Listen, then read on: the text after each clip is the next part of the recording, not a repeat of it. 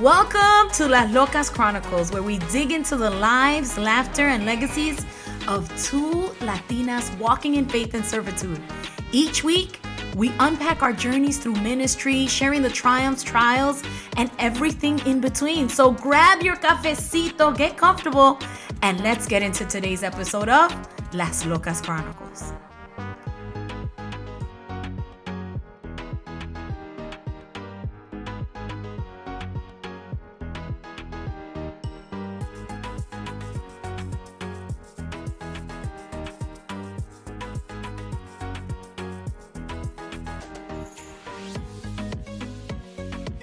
Welcome to Las Locas Chronicles. I'm so excited to be here. Miss Alexa, how are we doing today? Well, Miss Jessica, I am doing swell. And we were just talking about how, am I getting too further? There's all this space over here, and you know me. That's you. That's right. She loves to be in your space. That's correct. Close to you. She talks but like this. Only if I feel comfortable with you. Yeah. Right. She talks like this. Yes. Am I a touchy person? You are a touchy person. And you know why I noticed? Because I'm not a touchy person. And so when someone touches me, I'm like, why are they touching my arm? Well, why did they just touch my shoulder? Thank you for letting me touch you. Yeah. I mean, I had no choice. I mean, we've been like that since Correct. we were kids. Correct. So I noticed on the screen that I'm slowly migrating more this way. The mic is all the way over here where this is where I should be. And I'm slowly migrating until I'm probably sitting on top of it. I feel better. Can I sit on top of it? That's a physical representation of your heart. Oh. It is, right? You want to be in the proximity of people that you love. Yes, absolutely. Absolutely. And apparently, if this is not a pillow, everybody. This is my beautiful Maltese, and this is our prayer room, and we come here every morning, and he sits here with me and prays. And so he's like, why are you guys asking me to be on the floor? This is prayer time. So we are. She got this dog trained. That's right, honey. Oh, I'm sorry. He was all resting on you. I apologize. There you go. I know. I saw that how the dog wants to be next to me, and she has to. He loves her. He loves her, and she has to pull him away from me. No.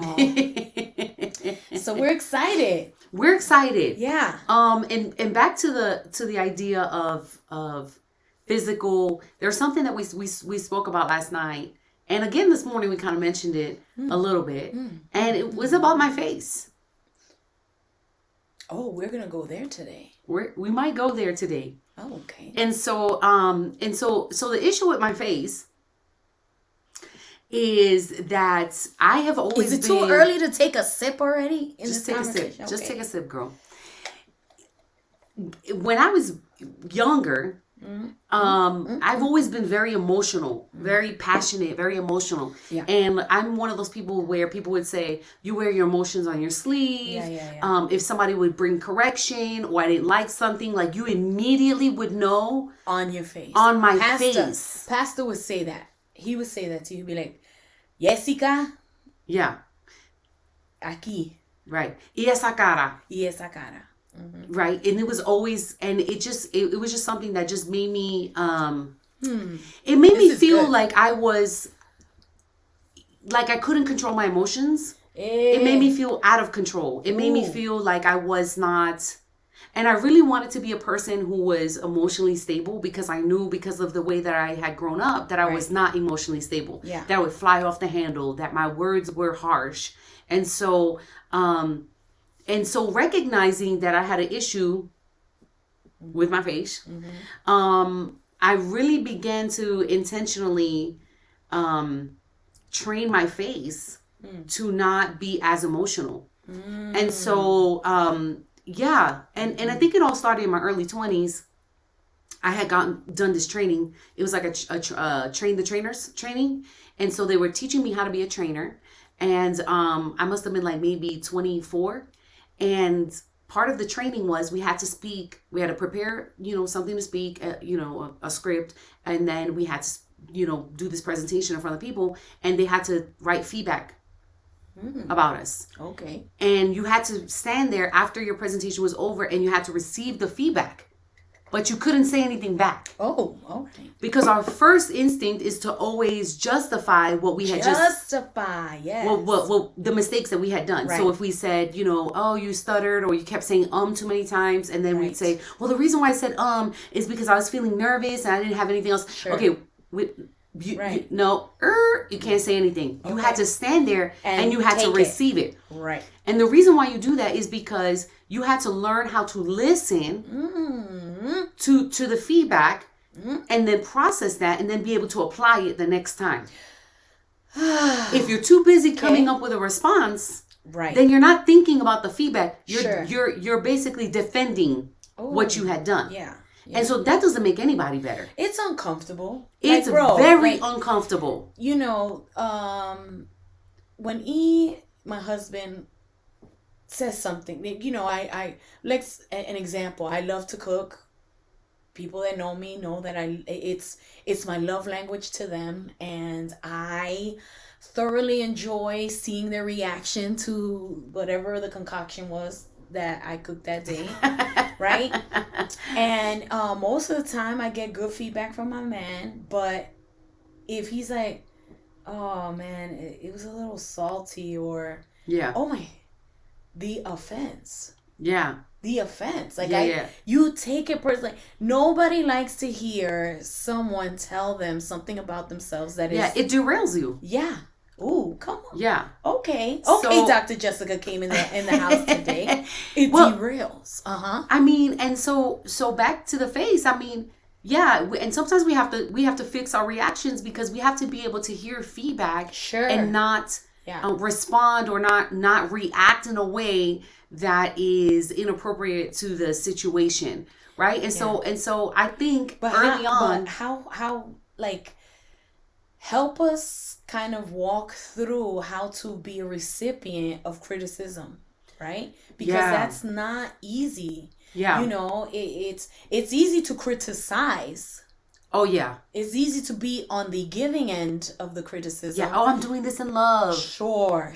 Like, that was great, but next time I feel it would be more productive if you, right? Yeah. Or, listen, I saw how you handled her, and I know that she deserves to be treated a certain way, but you're walking in Christ and you need to show her the love of Christ, so you need to tone it down. Like, it's easy. It's easy to do that, but what about... Oh, to receive it? Yes. Now, I would tell you, So how do you do that? Like I told you, I shut down. Yeah. Like the moment, and I don't know if you recall, but the times that you've had to kind of give me the criticism, or when my husband does it, I shut down. Not in a bad way. I just stop talking. Yeah. And I let it process. Right. And that's part of the process, because again, if we're listening to respond, then our minds are focused on something else. They're not focused on the task at hand. Okay. And so in becoming a pastor, in ministry, God really had to teach me to be still and to listen, right? To listen so that I can apply what he was trying to teach me. And so when I first started going to an English non-denominational church, and they gave me the opportunity to preach, I didn't realize this because this had never happened to me before. Now I was already in my 30s. And the pastor said, okay, I want to catch up with you after you preach so we can do a recap. So I can give you feedback. I said, what? Oh. You want to... Never in my life has anyone ever done this to me in Spanish church. Like no one had ever said, I want to sit with you and give you feedback. I want to debrief. I want to debrief. A debrief. Yeah. So the first time I sat with it and I was my stomach was turning and everything else. And those skills that I had learned earlier to just listen and whatever, kicked right back in. And he gave me the feedback. It was uncomfortable. I could feel my ears turn red. Turn red. You ever feel like your ears are twitching? Hot. Like you know what I mean? I could feel like my face trying to contort in all these different ways. And I was and I just kept telling myself, going through it. I was like, fix your face, girl. Right. Fix your face, because the feedback is uncomfortable. The feedback can get you That's what anxious. I'm saying. Talk about the feedback can get you nervous. The feedback can get you angry. You can have all an array of emotions. I get you. And the last thing that you want to do is to have your face reflect anger, anxiety, fear, resentment, bitterness. You know what I'm saying? When all they're trying to do is make you better. Right. Yeah. Right. And even if a person comes out and maybe their intentions might not be right or whatever, there's always some truth to what someone is saying. There is always some truth to what someone is saying. So if someone said like, girl, you got an attitude, you did it. Okay, the delivery might not be right, but there's some truth to what they're saying. Yeah. Now it might not be all the truth. Now it's up to you, right? As a disciple of Jesus, as a person that needs to be teachable, a person that needs to be, right? Our as Christians, we are students of the word. Yeah. Followers of Jesus, right? We have to be able to hear that, and we have to be able to look within ourselves to say, okay, do I have an attitude? What about me is making her say that about me? What are the actions? Let me go back and think about my actions. Let me go back all the other times where people have said that, because chances are that's not the first time you heard that. That's the thing. Like, one person saying it, you could do a little pass. Right. But when that's kind of the MO, right. And people are constantly saying the same thing, then we got to take a step back and say, it's not them, Lord. Right. It's me. It's me. It's Say me. it with us now. It's me. I'm the problem. It's me. Yes. So in that, because I was such an emotional person, and I was highs, lows, all in one conversation. But I think the reason why you were so easily like triggered in emotions, girl, you've been through a lot. Yeah. You know what I'm saying? Like, and I'm not making an excuse, and I'm not justifying the behavior, but I think it's important for people that have gone through some traumatic experiences to kind of give themselves some leeway. Yeah, and grace. And grace, because that's where you can say, Jesus, meet me here. Yeah. You know what I mean? Instead of bringing all this condemnation, right? And then what happens is you become triggered, and you walk out in all these emotions, and then you just cut that off, and so then you enter into another area. Now that has to be fixed. When I'm this way because I'm actually going through a lot. Yeah. Like, not everyone, and I speak on this a lot with a covenant sister of mine, not everyone can go through the hell that you went through. Yeah. Do you know what I mean? It's like God had given you a specific anointing, me a specific anointing to get through those hard places. And yes, unfortunately, we decide, like I spoke on one of our pods about inner vows that I made. You made you made an inner vow that day, that last night we were just like, hold up and wait a minute. And we're going to discuss this and get through this today. Yeah. Yeah, so that's kind of the process. But, and again, part of it was I didn't want to show that emotion on my face, but also I was so readable that I felt like I was too vulnerable, because people would know exactly what I was feeling based on my reactions. And so in order to give me time to think things through, because I can be a Peter. Yes. 100%. Like I'm a Peter in everything. I'm like, oh, that's a great idea. Let's do it. Right. And I don't even think about it. Peter, can you draw the sword away? Right. I'm going to cut your ear off, and then I'm going to feel bad about it. And then I'm going to like, Jesus. Right. And I'm definitely like that. Right. So there were like multiple reasons, but okay. So that has served me in different areas. But then I think when we had this conversation this morning about my reaction, I was telling her that I had this terrible dream about my daughter, and I woke up and I was very disturbed with the dream, and I was I was grieving because of this dream, and I was like, I gotta call my daughter, and it was just a very specific situation. Then I had someone in the congregation that I had to call back this morning who was struggling with suicidal thoughts, and she told me this horrific story of abuse and this tragic thing that happened to her, and it was in alignment with your dream, with the dream that I had this morning about my daughter. That's right. And I told Alexa, I said, I do know that about myself, that I tend to, and I don't mean to be this way, but I recognize this in myself. And I know that when you recognize something about yourself, you're allowing God to come in and do the work in that area. Yes. I do recognize that I do have the tendency sometimes to be not very empathetic.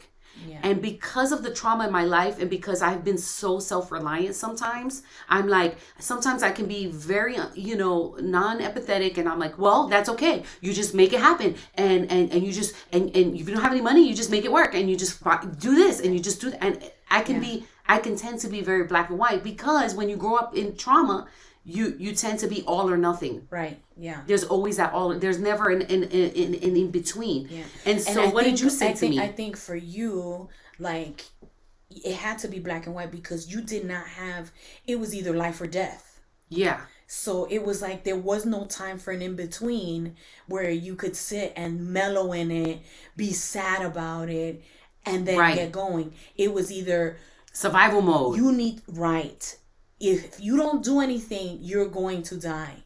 Or in order to live, you need to act now. So you didn't have time to ponder like some people do, right? And so this morning, as Jess is sharing with me, first the story of her daughter, which a few days, I don't even know, when you showed me a video, we first were alerted, like, you know what? She can't do that anymore. Not in the world that we live in. She can't be alone. She needs to be more careful. She needs to be more careful, more alert. Listen, not everybody's out there to be kind. Right. There's some people that have some disorders, mental disorders. There's some people that are evil. They're just plain evil. Right. And so her daughter's beautiful. She's grown now. So there needs to be so then she has this dream, horrific dream about her daughter, and then she gets this phone call, which she was on the line for a while, just counseling and walking this woman through. And really just listening to her. Right. It was hard. Listening to this tragic story, which, this is like a lifetime story. This is literally like a 2020 Dateline story. And immediately as she's saying, I said, Jess, there is no coincidence that you had this dream with your daughter and then this happened. This dream happens. What if God wanted you to feel what it is like for a parent to have to suffer that with their child? And then this woman calls you, and that woman has a parent in heaven, has a father in heaven who grieves in the same way or more. Than an earthly parent does every time something happens to his children. Right.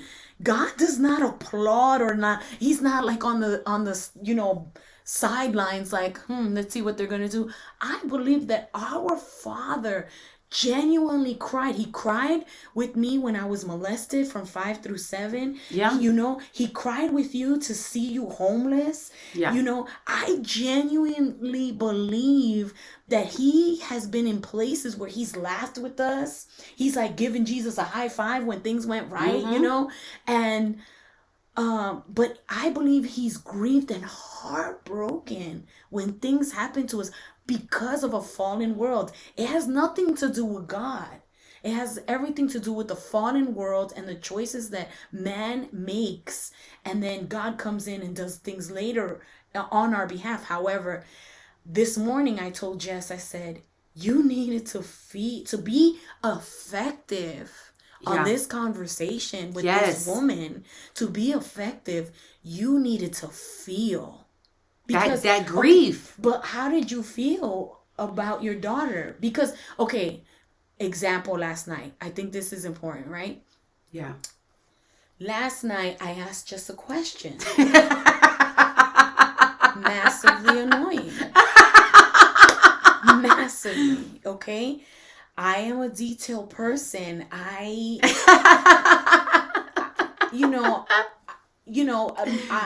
have a different story than Jess. I started off being very hard-hearted, very cold, because of hatred, because of the things happening in my house drew me to be like hardcore, like, yeah, whatever, he deserved it, like, I don't care, very, very nasty, very whatever.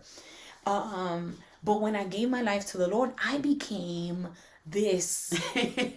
Like, you can't even say Jesus in a commercial. I am already like reaching for the tissue box. Like, I need God to do the healing, right? Like the sad dog commercials. Oh no. No. Like, I'm hugging my dog, like I'm weeping, like you can't anything that when I see like ministry videos and people being healed, I am like on the floor. Like, I'm undone, right? I'm undone. I am so sentimental when it comes to the spiritual things, and just with people as well, right? So here's Jess, and I've known her for 30 years. You know what I'm saying? Like, I knew the Jess that was super emotional, but her emotion was very triggered by nobody likes me. I have to defend myself. I have to take care of myself because people are after me and whatever. So I had to like calm down, like, let's not fight. Peter, put the sword back in the sheet. Like, you're crazy, right? And then here comes, Jess, all these years later, now that was in our, teens, 20s, and now we're 40s. I asked her a question last night, and she's like, yeah, it was good. She's like, how do you feel about what happened tonight? And I'm like, yeah. It's good. And it was a great, like, I mean, the presence of the Lord was there. God used her in such a mighty way. And we know it's the Lord. But, I wasn't looking for her to be like, man, you saw what God did. None of that, of course, because I would be like, let's bring that down real quick. But just the ambiance and talk about how people just came to the Lord, how there was forgiveness in the room, how we used to talk about, did you see how God moved, She's like, how did you feel, Jess? How did you feel? And I'm like, sitting in the front seat. My husband, had I been sitting in the back, I probably would have just decked her, right? And then all of a sudden she's like, yeah, it was good. It was good. And even her husband was like, oh, wow, that's it? And he's not a man of many words. And that's exactly how he talks. He's very calm. He's like, oh, wow, that's it? And I was like, I was like, it was good. It was good. I felt good about it. I said, what did I say to you? I don't remember. We said so much. I said, really? That's it? It was good? She said, that was good. Yeah. I said, why did I even ask you a question? Like, that is the driest answer anyone could ever say. And then, and I text like that. So disrespectful. She'll send me a whole thing like this. So disrespectful. And I'll be like, okay. True story. And I was just like, And, and that's when we came in and we had the conversation. And then I understood, like, she's not trying to show any more emotion for XYZ reason. But I told her today, like, you will not be effective for the ministry that God has called you to. Right. Because let me tell you, I love this right here. Yeah.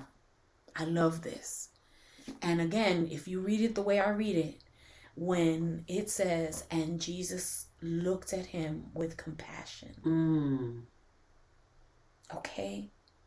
When Jesus looked at him with compassion, knowing that he has the power and he was about to do a miracle for this man. Mm-hmm. But he still took the time to look at him with compassion. And then he looked at a crowd, a multitude of people, and he saw them with compassion. What does that mean? My God feels. My Yeah. God has emotions. And this is the lie of the enemy, Jess. Yeah. We were created with feeling. We were created with emotion. Yeah. That is God given. That man will come and manipulate and do things that will alter it. It's what happens. Right. And so something that I use to kind of help me manage now has kind of gone to the other direction. Extreme. It's like, because even, and then I started laughing because you had said about you. Okay. So in another pod, you had mentioned that when we were talking about our the things that we had in our heart to do ministry, and that I had a poker face. That here you are pouring your heart. I told you, I'm pouring and I don't pour my heart out to everybody. You feel what I'm saying to you? Like, I don't pour, Buzz, can I pour out my heart to you tonight? So I'm pouring out my heart to this girl, and Jess is like, So she mentioned that again last night. And then I said, and I'm started laughing by myself in the back of the car. And I'm like, yo, I'm laughing because when I went on my interview for the church that I work at now, the lead pastor told the executive pastor said, I think she's into it. And the lead pastor said, I didn't get any reaction from her. There is nothing about her that says that she wants to be in Dallas. No. You say the conversation right. The lead pastor asked your executive pastor, what did you think how the interview went? And he said, the executive pastor thinks, I think she wants to come here. And my lead pastor said, nothing about her said that she wanted to be here. I can't read her. And so, and that there was a purpose. Your face could shut down your opportunity. Oh, that's good. That's good. But you know what? That's true. That is 100% true. And it wasn't that and it was something that you said a little bit earlier. It wasn't that I was meaning to be mean, or that I was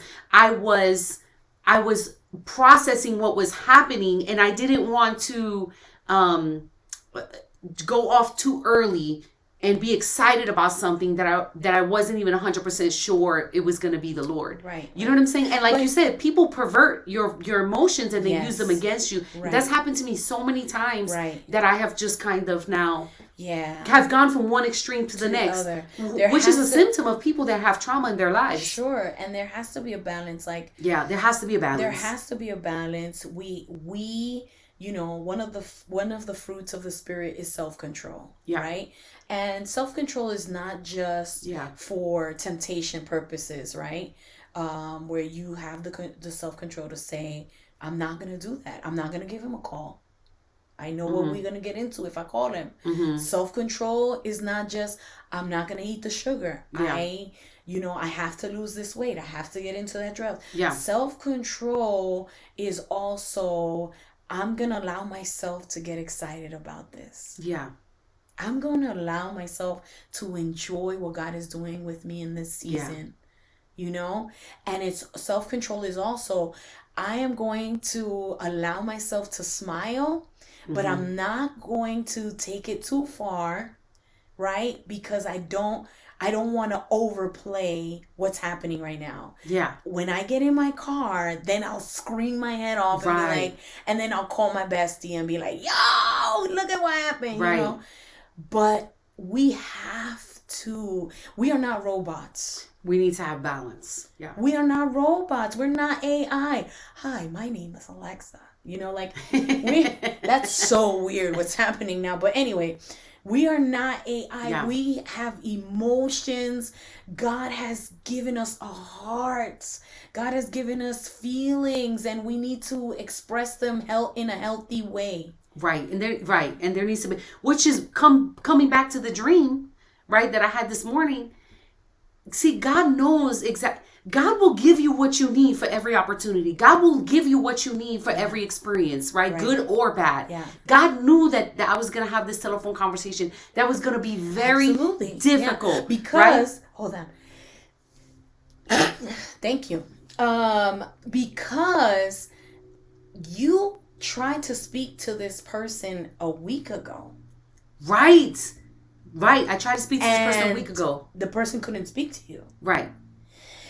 Then they called me the next day. Right. And I was unavailable and they left a message. Right. So now here we are all these days later. Yes. And it wasn't until you had that dream, that nightmare, which is it was what a it nightmare. Was. You had that nightmare with your loved one, with your daughter, that then you were able to speak to this person. I was able to speak to her. Had you spoken with to her an open heart. Had you spoken to her last week, I'm putting myself in her position. Yeah. Can I put myself in her position? I probably would have been very... you would have been very rigid, and I would have gotten off the phone like, no one cares about me. Yeah.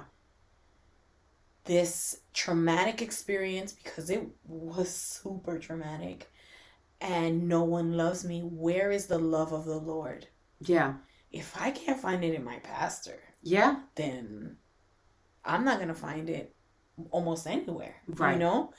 And, but God in his sovereignty knows all things, and he allowed you to have this horrible dream so that you could wake up and be a heart for someone that needed love and attention. Right, because my heart was already grieving for this horrible dream that I had for my daughter. Right, yeah. And have you ever had a dream that was that real? Like you wake up and I told her I never had a dream like that. I never had a dream. In the dream, it was the same trauma but this lady's trauma was worse, but it was all along the same line of the same trauma. Right. And I was like, when she said that about, it was the same thing. Yeah, girl. It was the same thing. It was like, it just goes to show you and we did not watch any movie last night. No, because I am infamous for watching scary movies, having nightmares, and then having to rebuke the devil. We already spoke about how we are not letting those spirits into our homes anymore. But we didn't watch anything yesterday. No. We went straight to work. We didn't watch anything. The news was on. I was like, oh, turn off the news. The radio came on. Right. Magically. And then we're like, oh, I was like, just turn off the TV. And we were just listening to music and just talking and, planning and doing our things. Right. And everything. So I think it's funny that these last couple of days that we've been together, we've talked a lot about my face, my emotions, my reactions. Yeah. Look at the setup. And look how God, really has. Yeah. I mean, that culminated in today and what happened. Right. And really just God. And this is all part of being teachable. And we just keep coming back to this because this is so important. You have to be willing to hear what the Holy Spirit is telling you and be able to address it. You can't get offended. You can't get hurt over it because it's only going to make you better. And It's like exactly what you said to me this morning, Jessica. You have to be a pastor who's going to be compassionate. It does not serve you to be hard, because how are you going to minister to people when they want to see you cry? They want to see you vulnerable. Yeah. And I do struggle with being vulnerable. Yeah. I do struggle with that. We are called to celebrate with those that celebrate, weep with those that are weeping. It is part of who, we have to reflect the Father. And again, my mind is very visual. I see my Father cry with me. Yeah. You know what I'm saying? Like, there have been some horrible times in the last 3-4 years of my life where I've been alone. Yeah. And people ask all the time, how did you do it? Yeah. First of all, it is not by my own strength. Number one, that's when in our weakness, he is strong, right? Number one, it was not by my own strength. But number two, man, I allow myself to cry, and I allow myself not to pretend. That's good. When people were around, and I mean, I was still serving my church in the midst of my pain and my sorrow. People saw it in my eyes. They saw the strength of the Lord, right? And that's when the scripture, the joy of the Lord is my strength, took a whole new meaning for me in the midst of my trial. Because I was able to get up, I was able to do my hair, do the things, and in times when the grief would hit, ooh, I let it hit. And people would see it and say, are you okay? You know, I'm like, you know what? I'm hurting right now, but I'm going to be all right. And they saw humanity. Yeah. Do you know what I'm saying? Yeah, yeah. They saw frailty. I cannot pretend to be this superwoman. Only God is super. Only God is Only super. He is supernatural. Only He. I am flesh, I am blood, and you're going to see me weep, but you're going to see me run to Him. And then I will come here, I will cry, and I would feel Him like hold me. I would feel His presence. Yeah. And then I got up, dusted it off, and said, let's go with the next day. Yeah. Do you know what I'm saying? So it is important for people to see, and you know, there are going to be other people that oppose this. Mm-hmm. And they're going to say, oh no, you know, you got to be strong because they can't let you, you can't let them see you cry. You can't let them see you weak. You can't let them see you broken. What are we doing? What are we doing? That's a facade. That's a facade. You know, there are some things you can't show, right? But you got to show that you're human. Yeah. Jesus showed us He was human. He showed us when He was hungry. He showed us in the garden that He was scared. When it was His turn, and it was like, you know what? Let me think about this. He showed us His grief. He showed us His grief. You know, at the tomb of Lazarus, He showed us His humanity, His brokenness. Jesus wept. You know, like if He was God in flesh and allowed us to see Him in His humanity, He allowed us to see Him. One of my favorite images of Christ is Him sitting back and just making the cord, you know, when He was about to drive out all the thieves from the temple, right? And I'm like, yeah. He showed us His angry side. Yeah. Right? So why are we like here saying, oh no, I'm not going to show them any of that? Yeah. Why are we here talking about, Yeah. So, Jess, here's a question then. Uh-oh. So, based on today, right? Because a great student not only learns the lesson, but applies the lesson. Yeah. A great student, not only, because there are people that are very book smart, Jess, and will pass the test, but have no common sense. Yeah. They never apply it to their lives. Never apply it to their lives. They forget everything they learned after they pass the test. Yeah, they just passed the test. We passed. So here's the question for you. After today, what are some steps to allow yourself, to give yourself permission? Yeah. And I'm going to hold you to it because we still got a few days together. Yeah. And I'm going to be like, I'm going to need more emotion. I'm going to need more emotion. For real. Like, you know, because here's the thing. Here's the thing that I've learned in my life. Everything that we go through, every lesson is for what's about to happen next. Ooh, come on. If you are going through a storm right now, go through it. Yeah. But learn as you're walking.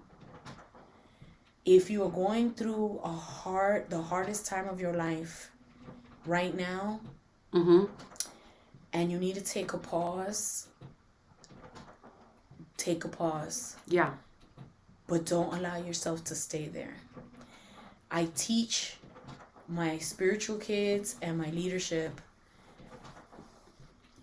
you have to give yourself time to grieve.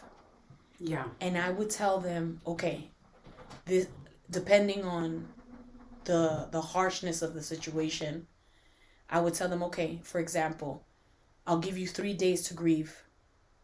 On the 4th day, you're getting back up. I'll give you your 3 days. Cry it out. Stay in bed. Don't shower. Don't eat. All the things.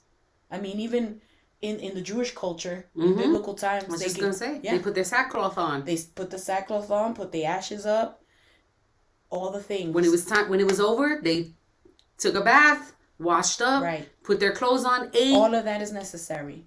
All of that is necessary. It's part of the... Yeah. We need to do that. However, Now that we learned the lesson, God is saying, okay, Jessica, I've allowed you to experience this horrible thing. You went through the emotional process and of waking up and saying, oh my God, my daughter, you know? Yeah. Then you went through that horrific story. But now it's like, okay, I'm preparing you to feel again. Yeah. I'm preparing you to show that you're feeling again. Yeah. Because it wasn't that you didn't allow yourself to feel. You didn't allow people to see you feel. That's a difference. Right. Right. But now God is like, I need you to show. Yeah. Are you okay? Are you going to be okay? Yeah. With showing emotion now? Yeah. I think what I really heard the Lord say to me was, Jessica, you can even trust me in this. You can trust me that when you're being vulnerable, that I'm there with you, and that I'm not gonna let you lose control, and I'm not gonna let you, go down a path that you feel like you can't come back from. Because I think that's really where the issue lies, is fear that if I let down my guard, is it all gonna come out? Am I gonna lose control over the situation? And I think I really just heard God say, you can trust me with this too. You can trust me to say, just like I remember when my kids were little and they'd be upset about something, or something would happen, and I would grab them. And sometimes, like, I used to hate when my parents used to say, stop crying, stop crying. I never told my kids stop crying. I was like, come on, let it out. Let it out. Right? And I would let them let it out. And I'll say, it's okay to cry. I feel like crying right now. Yeah, and I would tell my son, it's okay. Go ahead, cry. Or my daughter, I would hug them and be like, it's okay. And I just let them get it out. And then we say, are we good? Like, do we need to do this more? Do you need to cry a little bit more? They're like, I'm good. Okay, do you want to wash your face now? Do you want to do that? Do you want to get something to eat? Like, are we okay to do that? And I would just kind of like let them go through it. And it just reminded me, like, God saying, like, you can let it go because I'm going to be there with you. I'm not going to let you lose control because I'm walking you through the process. And I think sometimes we go back into that trauma reaction to say, it's all or nothing. If I let it go, I'm going to let it go. Right. And so it's all about that balance and knowing that God is with you through every single thing in your life, and that even your emotions, right? God will walk you through it. He will never let you get to that point of no return, because he's a caring father, and those are moments that we're allowing God, those are moments that we're allowing God to show up and be the comforter that he promised he would send us, right? And you spoke about that last night, which was phenomenal. Yeah. And that is our gift, bro. Like, that is our gift. That is our gift, yes. And as you were talking about you telling your kids, like, okay, it's okay, cry, it's okay, let it out. I heard God say that to you. Yeah, let it out, Jessica, it's okay, let it out. Yeah, let it all out. Yeah, I'll be right here. Yeah, it's okay, dale. Like, we have tear ducts for a reason, bro. Yeah, you know what I'm saying? Yeah, like, for the father to take a minute and say, come on, it's okay. It's okay. Are you okay? And for him to loosen my heart this morning. Yes. For him to loosen my heart and say, we're going to have to massage this little, stone of a heart. Come now. To bring that, to my mind, the most precious things that you have in your life are your family, your children, the things that, that child was birth and created in my womb. That's right. And you look at them and you see yourself, the good things and the bad things, and you see my daughter, she's looks like her dad, but she's all her mama. My husband is Ecuadorian. He, my daughter looks very Ecuadorian. Here I am with the curly Puerto Rican, vibe, and she's got the thick, straight hair, very slender, just very South American looking, and beautiful. But her personality is all Boricua. That's all me right there. It's all New York. And when you look at your kids, the good and the bad things, right? It's a reflection of who you are. So to take the most valuable things in your life and to have that dream, where my heart was literally grieving. Yeah. My heart was grieving. Yeah. And when you said that was like God showing you the grief of a parent for a child. This is what you needed to be for this lady at that moment. Yeah. And I listened to her, and I did. And she said, I'm sorry, I don't mean to. I said, no, it's okay. She's like, I don't mean to get angry. I said, no, you can be angry. You know, and I just kept affirming her. Before, Jessica would be like, yeah, you know, you can't get angry, or like she would try to stifle her feeling. Right. Yeah. Well, you just don't want to stay there. You know, you just don't want to stay there. Right. And at this moment, I was thinking, you know, I was thinking, no, let her. What you went through was a lot. It was a lot. And you need to allow yourself. That's what I told her. I said, girl, if you need to cry about it, cry. If you need to scream about it, scream. I love that you're going to a therapist. I love that you're doing these things. Right. And she kept saying, I'm sorry. I said, don't apologize. Right. She's like, I should have known better. I should have known. No, because you don't know. We live in a sinful world full of sinful people. How are we going to know? I think one of the reasons, and we relate in this, that we get so easily bothered or frustrated with people are because we've been so strong. Yeah. And not because we've done it on our own. Life has made us that way. Very independent, very strong-willed, very strong-minded, you know. And so when other people come to us and they're frail or weak or not as strong, we get like, what's wrong with you? Like, come on, you could do it. Like, why are you so bothered? Like, you know, not in her situation, which was very traumatic, but in others, we've been like, are you really crying about that? Like, oh, you broke a nail, I lost a finger. Like, it's fine, you have 9 others. Get over it. Like, no, Jessica's line has always been like, get over it. Yes or no? Yeah. Get over it, Alexa. Get over it. Come on, let's move on. Like, that's how aggressive. What are we doing next? What are we doing? Get over it. Come on. Which is why I will say this. I wish I could tell you that I have a PhD because, you know, I'm super intelligent and because, you know, but because I have used these accomplishments to help me to focus, redirect, and focus on other things. Use all that energy, use all that emotion, use all that grief, use all that anger to help me channel it into something that was, what's the word I'm looking for? Less destructive than what I would have normally done. So it was just a redirection of energy. Yeah. You know what I mean? And I'm not saying that that's good or bad, you know, because I think at that point I needed therapy and I needed to, you know, but that was what I knew. Sure. It's survival mode. You just do what you can and but now I know better, right? Now I know, okay, now I know that instead of fixating on the grief, I fixated on something else. Yeah. So it was just the transfer of one obsession to the next obsession. For sure. You know, whether good or bad. And people do this all the time, right? People that lose weight do this all the time, right? They, you know, they kind of all or nothing people. So they're either, you know, they're extremely overweight and then they go extremely into, now I have to be the health guru and, you know, on the other side, when God is really looking for us to be balanced. If you're going to last for a lifetime, you have to have balance. Yeah. So in anything, even with the emotions, if I want to be a pastor for a long time, you know, like my pastor, 47 years, I have to have balance. Sure. In all the things. Yeah, like I'm not telling you now to be a wuss. Yeah. I'm not telling you now to be like, oh, like I touched you and oh, you're wounded. You know? No. So we'll have to have that conversation. How do you feel last night, Jessica? It was amazing, Alexa. And also, I think it takes me some time to process. Yeah, I'm gonna need you to process a little quicker, sweetie. I mean, I can't help that. That's why I hate games because people, you know. You gotta think quick with games. Listen, and I just hate it. I just want to take a moment here and say I'm looking for my 4 other partners to join me on the Family Feud.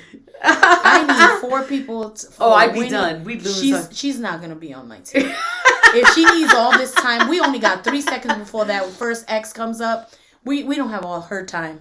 I need just 4 more. And I do this all the time. Jessica, what do you want to eat? I don't know. Stop asking me so many questions. Right, yeah. You gonna have to like work a little faster on this. Do you want shrimp or mussel? I don't know. I'm fine with anything. Yeah, that was, and then we ordered her mussels, and she's complaining the whole time. Why did you guys order mussels? You guys don't even because eat I didn't want them to order something that it was only I was gonna eat. We could have ordered something that everybody was gonna eat, so I didn't feel the obligation to eat every single mussel because they bought like 400 of them. I said, so now I have to eat all these mussels by myself? I was totally happy with my crab legs and my shrimp. Which I refuse to eat. And I eat the shrimp, but not the crab legs. Because, guys, please let me know in the comments if you agree with this. Crab legs are like little return on investment. It's a lot of work for a little tiny piece of meat, unless you have those ginormous crab legs that you be seeing on YouTube where the people have those videos where they're like... King crabs, yeah. Listen. And the meat is like this big? No.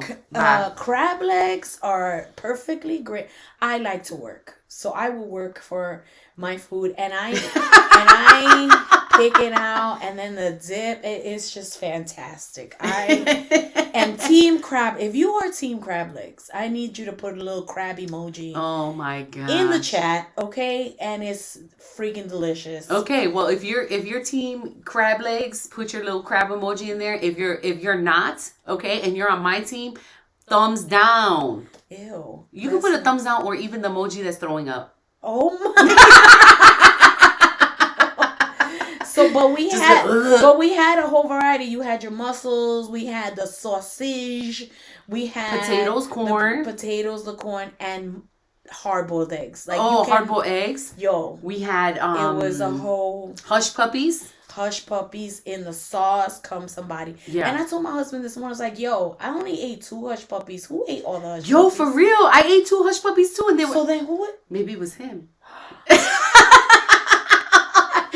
He was trying to put the blame on somebody else. He did, because I was like, what happened to all the hush puppies? They had a whole basket. It was a whole thing, and I was like, I only had 2. And you only had 2. I only had 2. And I had one from somebody that gave me one from down the table. Down the table. So anyway, I enjoyed a good boil, and I learned to eat it with the hard-boiled egg. Yeah. Fantastic. Did you like the hard-boiled egg? I don't think you. I did like the hard-boiled egg. You know what it is? I just don't like hard-boiled eggs that's like too hard. Like the yolk is too hard on this side. I like mine kind of like medium, kind of like medium. You don't do that though with the boil. That's like more like English style breakfast. Or something. Yeah, I do. But I do like my eggs like that. Oh, and by the way, guys, I love gadgets. So I did buy this little round egg timer that you throw in the water, and it turns color when it gets to medium. It actually works. Listen, this is how I make my avocado toast. Oh my god. We are big cosita purchasers. Like, oh my god, Timu. Don't get on me either, people. Oh my god, China's gonna steal your information. Okay, newsflash. They already have it. We have been buying off of China since eons. Yeah, since eons ago. Walmart, made in China. I believe that Jesus sandals said China at the bottom. I'm telling you, like, it's been, so don't come after. I love gadgets. Let me tell you something. You come to this house and you're like, oh man, I got what you need. Anything that you need, I got it. This is like straight up better than a hotel. Okay? Anything that you need is in this house. You need whatever. Let me tell you, it's somewhere in here. And the thing is, I need to stop buying all the cositas, because I also don't like clutter, right? I don't like clutter, so I'm running out of spaces to put these gadgets. Yeah. Anyway, so I do want to say one more thing about going back, because as you're talking, I'm thinking about and someone told us yesterday. Pardon me, my friend. This is really just us talking. Yeah, this is exactly what we do. We jump from topic to topic. This is how we've been our whole life. For hours, we would be those people, like, after church. Who are you on the phone with, Jessica? Mm-hmm. But you just saw her, like, you were just together at church. Like, I don't understand. Yeah. And another 2 hours on the phone. Right. This has been our banter. This has been how we converse and have these extraordinary conversations about spiritual things, about stupid gadgets, about, I'm not feeling good, about what do you want to do today? What do you want to eat? Yeah. This is This is story. like we'll be laughing about something, and I'm like, and let me tell you something what the Lord said to me. Right. And then all of a sudden now it's Crying. a spiritual conversation. Now it's cry fest. Right. And now for it's me, like, because so, she has no heart. Even the Grinch had a little heart. But I was gonna say that we spoke about this the other day too, about our love languages, and it's important to understand that that's what you need to feel loved by me. Yeah. That's not just for your husband. That's for anybody that you're in a relationship with. Mm-hmm. And so if I know that your love language is physical touch and words of affirmation, mm-hmm. then I need to be better at making sure that I communicate that. And that was a missed opportunity because that was a I forgot what my pastor calls them, but it's like moments where you are seeking for someone to engage with you. Mm-hmm. And when you said to me last night, how did you feel about that, Jessica? And I was like, yeah, it was good. I was okay. I missed that moment to engage with you. Yeah. You know what I mean? Wow. To engage and to really show you and appreciate that I love you, and that was a great opportunity, and to hear all the things that you needed to hear from me, that really would have come from my heart to say. Wow. But none of us is perfect, right? And when I remember, I'll post it somewhere in this video, what the name of it is, but it's my pastor talks about it all the time, but yeah, so I kind of missed that opportunity. Well, I'm a person of second and third chance. Well, it's evident because we wouldn't be friends this long if we weren't up to like the 30 years, the 350th yes. Opportunity. I do have a tally for you. Thank you for that. I think that is really special. I can't tell you how special that is, because it's called a bid for connection. Ooh, okay. That's what it's called, a bid for connection. A bid for connection. You're putting out bids for connection. Oh, you are okay. You're throwing it out there, and it's like a hook. You're throwing out the hook, and then you're trying to see if I'm going to bite on the hook. Yes, so that we can connect. Because what we're desiring at that moment is a deep connection with somebody else. Oh man. To build relationship, and I missed it. I missed it because I was focused on the snacks. And, I was like, we're going to go eat. Okay, so we gave her a gift. Here we go. Go ahead. See, this is how we get all over. Let's talk about the box of contradiction. So we...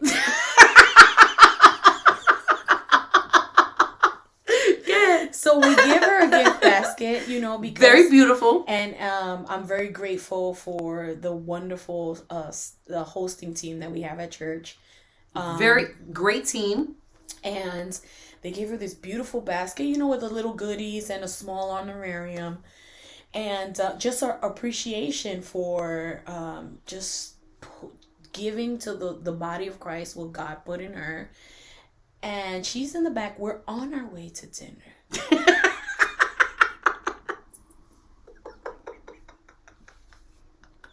Guys, we do not live in a big city. Literally, like 10 minutes away from everything. And I hear in the back. And I'm like, and she's like, Jessica, what are you eating? She goes, I don't know, this big old chocolate bar in here. Hold on a second. Another. And I'm like, we're going to eat. I know, but I'm hungry, girl. And I'm like, and then she's like, do you know that this box is a big old contradiction? And I'm like, what? Y'all are going to agree with me right now. Oh, here we are, Heavenly Father. Y'all are going to agree with me right now. Beautiful box. Has all these treats in there, which I love. Everybody knows I'm like sugar addict. And so I'm like, okay, I'm like munching a little bit on this chocolate bar. They did give her my favorite nuts. The cashew, like the yogurt covered cashew? No. They're like this, I forget the brand. And every time I'm at the airport, I always want to get them. So like, they come in different flavors. It's like a pink bag, a purple bag, and it's mixed with cranberries and cashews, and sometimes the pecans with the glaze. Oh, that's good. orange glaze, and I hardly get them because they're like $8 at the airport. Oh my or gosh. more, like $12 at the airport. But they're my favorite. I love them, and So she's like, Jess, give me some of those nuts. So I give her the bag, and then I'm like, looking through the bag and everything, and I got this beautiful cup which I love, and J, and it's my favorite color. And that's her favorite color. So I tell her. So I said, this box is a big box of contradiction. And she's like, what? And I said, you have this ginormous chocolate bar in here. You have, these, those long sticks with the little caramel and hazelnut in the inside. I forgot what they're called. Right. And these special peanuts and cashews and whatever. And then in the back of the box, it's like Skinny Pop.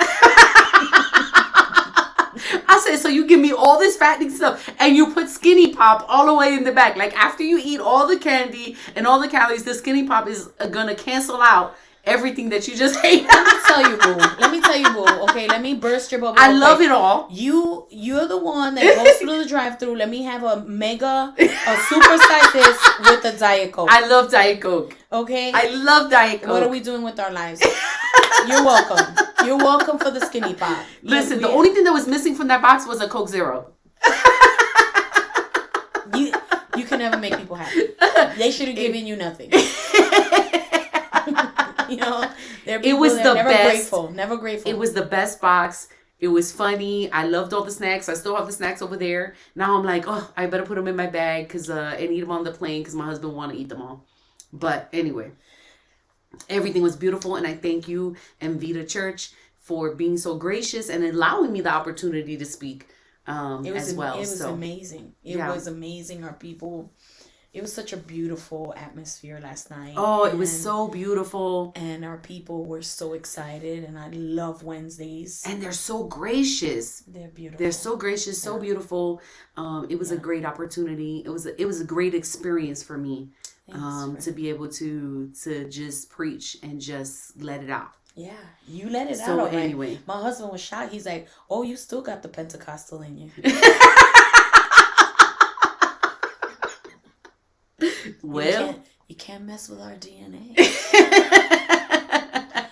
But it's I'm all grateful. good. I'm grateful, and I know that we're gonna have many more years Yes. where we are going to have a big connection. Yes. And I cannot be so oblivious to miss them. Yeah. And I'll remind you. This is a bid for connection, Jessica. Yes. I'm not even gonna say. I'm trying to fish here. You're not catching what I'm throwing down. All right, everybody. Well, thank you so much for being a part of today's pod. We love you, and we'll see you next time.